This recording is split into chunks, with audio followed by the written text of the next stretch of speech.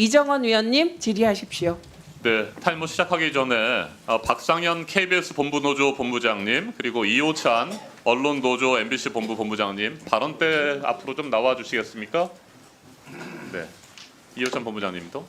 네. 서울 광진구가 국회의원 이정원입니다. 12.3 내란 사태로 대한민국이 공들여 쌓은 탑이 모두 무너져 내렸습니다. 식민 지배와 전쟁, 오랜 군사 독재 정권을 종식하고 우리가 쟁취했던 자유와 민주주의의 소중함을 하루하루 절실히 느끼는 요즘입니다. 산소처럼 당연하게 누려온 표현의 자유와 언론의 자유가 얼마나 값진 것인지 새삼 깨닫게 되는 하루하루입니다. 만일 우리 국회가 국민 여러분의 헌신과 노력 덕분에 비상계엄을 즉각 해제하지 못했다면, 만약 비상계엄과 내란이 성공했다면 어떻게 됐을까 생각만 해도 아찔합니다. 계엄이 성공했다면 박장범 KBS는 쿠데타 세력에 대한 찬양 보도로 뒤덮였을 것입니다. 류일임 방심위는 비판 언론을 사냥하고 재갈을 물렸을 것입니다.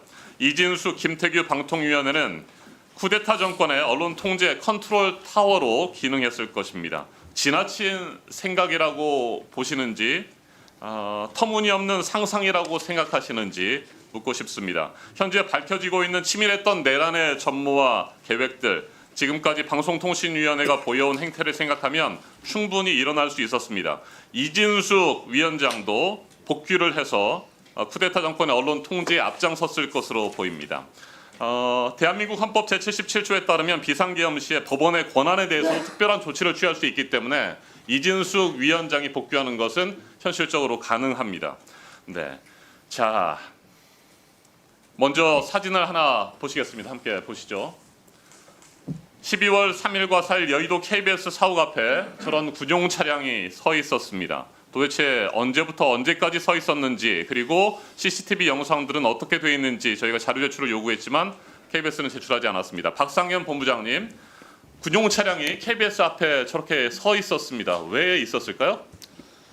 저희도 그 계엄이 선포됐던 달 밤에 회사에 있으면서 계엄군이 회사에 올 수 있다라는 우려 때문에 회사 주변을 좀 돌아다니면서 보았는데 저희들이 직접 발견하지 못했고 저희 다른 분이 저희에게 제보를 주셨는데 저희는 의심하는 것이 사실 저 위치가 회사 정문이라서 국회 정문과는 다소 거리가 있는 위치입니다. 네.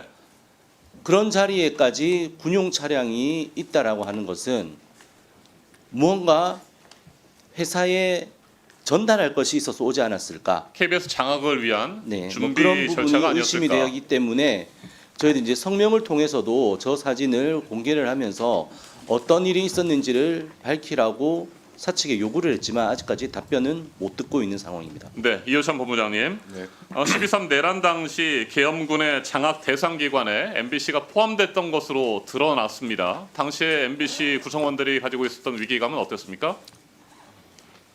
당시에는 뭐 온 국민이 전혀 예상치 못한 이런 내란 사태가 일어났기 때문에 다들 뭐 비슷한 심정이었을 것이라고 생각하고 저희도 포고령에 모든 언론은 계엄군의 통제를 받는다라고 나와 있었기 때문에 계엄군의 진입에 대비하고 어떻게 하면 이 계엄의 상황을 제대로 국민들한테 알려낼까 이제 전 보도국의 구성원들이 대부분 출근해서 제대로 이제 알리는 작업에 착수를 했고요. 저희 노동조합 집행부도 밤에 긴급히 조합 사무실로 와서 회사를 어떻게 지킬 수 있는가 판단을 했었습니다. 근데 당시에는 MBC가 계엄군의 진입 대상인지를 알지 못했던 상황이었고 그 이후에 그 상황을 파악하면서 이 정권이 MBC를 왜 그토록 집요하게 공격했는가를 또 다시 한번 좀 알 수 있게 됐습니다. 네, 수많은 언론사가 있고 여론조사 기관들이 있는데 MBC가 주요 타겟이 된 이유가 뭐라고 보세요?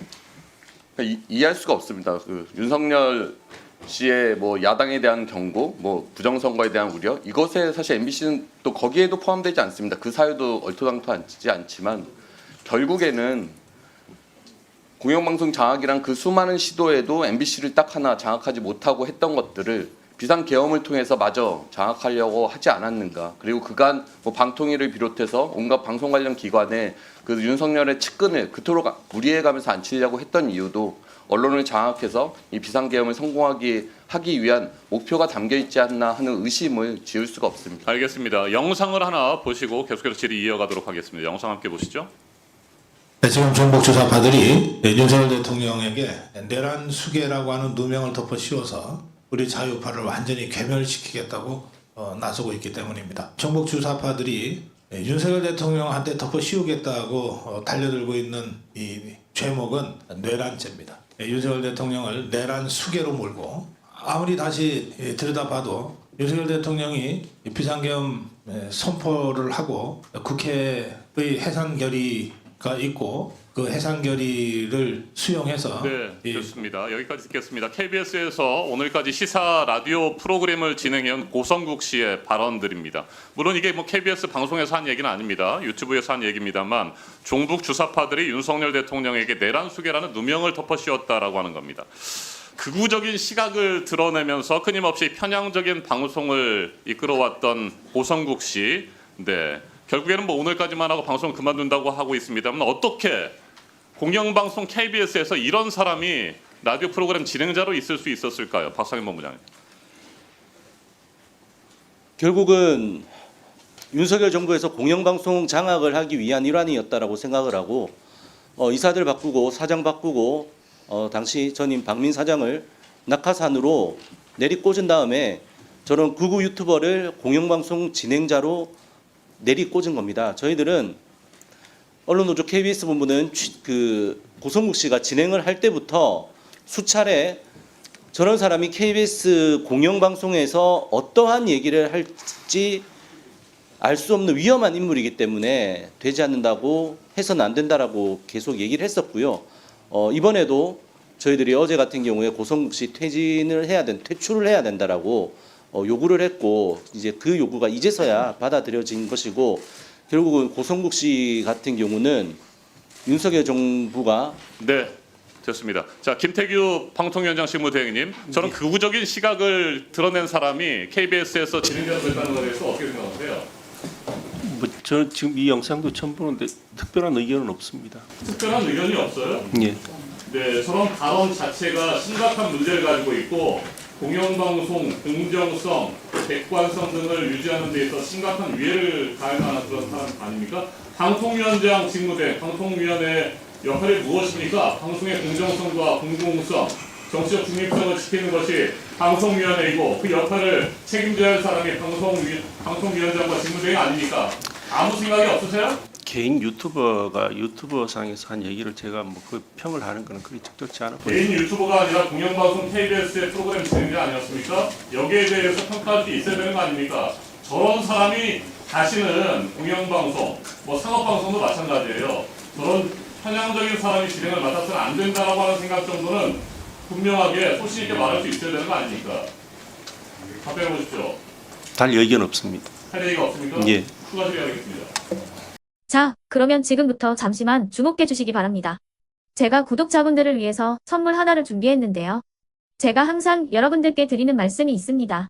뉴스만 평소에 잘 챙겨보셔도 돈이 되고 돈을 벌 수 있다라고 말씀을 드렸는데요. 여러분들은 여기 보시는 삼성전자 뉴스를 보고 어떤 생각이 드세요? 아니면 정치인들의 뉴스, 날씨 뉴스를 보고는 어떤 생각이 드시나요? 그냥 뉴스만 보고 끝내는지 아니면 이 뉴스를 어떻게 이용할 수 있는지 이 부분을 고민하고 계시는지를 되물어보고 싶습니다. 그 이유가 뭐냐 하면 제가 지난번에 여러분들께 뭐라고 말씀을 드렸었죠? 지금은 반도체 섹터를 눈여겨보셔야 한다고 말씀드렸습니다. 그리고 나서 이런 썸네일들 뉴스를 통해서 많이 보셨을 겁니다. 반도체 내용이 이슈가 됐을 때 부자들은 어떻게 생각한다? 반도체 관련주들은 뭐가 있는지, 어떤 종목이 가장 좋은지, 어디에 투자해야 돈이 몰리는지 자연스럽게 생각한다고 제가 말씀을 드렸죠. 그 이유가 뭐냐 하면 부자들이 봤을 때는 이슈가 곧 돈으로 이어지고 그 이슈가 나에게 돈을 벌어준다는 경험적 확신이 있기 때문에 부자들은 항상 이런 사회적 이슈를 관심있게 챙겨본다고 제가 말씀을 드렸습니다. 이번에도 마찬가지인데요. 제가 지난번에 시청자분들과 함께하는 주식으로 수익 내기 이벤트를 진행했었죠. 당연히 100% 무료로 진행을 했었고요. 여기 보시면 아시겠지만 제가 지난번에도 구독이라고 보내주신 모든 시청자분들께 반도체 관련주 중에 가장 크게 급등할 딱 한 종목, 많은 종목도 아니라 한미반도체 한 종목을 여러분들께 추천드렸어요. 그러면서 여기 나와 있는 대로 정확히 얼마에 매수해야 하는지, 그리고 수익률이 어느 정도 나왔을 때 팔아야 하는지를 이런 부분들까지 여러분들에게 정확히 알려드렸었는데 지금 실제로 어떻게 되었다? 오른쪽을 보시면 아시겠지만 제가 지난번 문자 발송으로 이 한미 반도체를 소개해드리고 나서 실제로 이렇게 5배 이상 어마무시한 상승이 나왔습니다. 100만 원만 투자를 했어도 무려 500만 원이 넘는 수익금이 생긴 거죠. 그래서 당시에도 굉장히 많은 분들이 제가 드린 이 한미 반도체로 수익을 내실 수가 있으셨을 텐데요. 다시 한번 축하드린다고 말씀을 드리겠고 이번에도 마찬가지입니다. 앞으로도 2024년, 2025년 계속해서 기대해볼 섹터는 AI입니다. 그 중에서도 AI 반도체는 그 누구도 부정할 수 없는 미래 성장 산업입니다. 그러면 우리가 어떻게 생각해 볼 수 있을까요? AI 반도체 종목 중에 앞으로 크게 대장 역할을 하면서 10배 이상 급등할 수 있는 텐베고 종목을 지금부터 열심히 추적해야 한다는 겁니다. 큰 돈을 투자하지 않더라도 월급의 일부분 아주 소액이라도 이 종목을 모아가야 수백 %의 수익률을 손에 쥘 수 있는 것이죠. 지금 여러분이 보고 계시는 이 유튜브 또한 AI 반도체와 아주 밀접한 연관이 있고 반도체야말로 대한민국의 핵심 산업으로 앞으로 더더욱 시장은 성장할 수밖에 없습니다. 그렇기 때문에 제가 이번에도 뭘 보내드리고 있냐면 지난번과 똑같이 구독이라는 문자를 보내주시면 제가 AI 반도체 관련주 중에 앞으로 대장주 역할을 하면서 주가가 가장 크게 급등할 한 종목을 여러분들께 문자 발송으로 종목명과 사고 파는 시점을 모두 알려드릴 건데요. 그 문자를 받고 여러분들이 주식으로 돈 버는 연습을 한번 해보셨으면 좋겠고요. 혹시라도 나는 주식을 하지 않는다 하시는 분들은 주변에 주식하시는 지인분들에게 말씀을 해주셔도 되고요. 아니면 연세가 있으셔서 투자가 어렵다 하시는 분들은 이 종목을 자녀분들에게 한번 사봐라. 이걸로 한번 수익을 내봐라. 이렇게 조언을 해주실 수도 있는 거겠죠. 그래서 지금 이 영상을 보시는 시청자분들 중에 나도 이번 종목이 좀 궁금하다 하시는 분들은요. 누구나 상관없이 그리고 어느 시간대나 상관없이 부담 없이 010-2514-5930번으로 구독이라는 문자 보내주시면 제가 이번에도 똑같이 무료 추천 급등주 문자를 보내드리겠습니다. 이해되시겠죠? 제 번호 010-2514-5930번으로 구독이라는 문자 보내주시면 여러분들이 직접 이슈를 통해서 돈 버는 연습을 해보실 수가 있는 거고 제가 돈을 받는 것도 아니고 투자를 대신해 드리는 것도 아니기 때문에 부담 없이 신청해 주시면 되는 겁니다. 그리고 수익이 나면 저는 다른 것은 하나도 바라지 않습니다. 제 채널에 구독, 좋아요 한 번씩만 눌러주시라 이렇게 다시 한번 말씀을 드리겠습니다.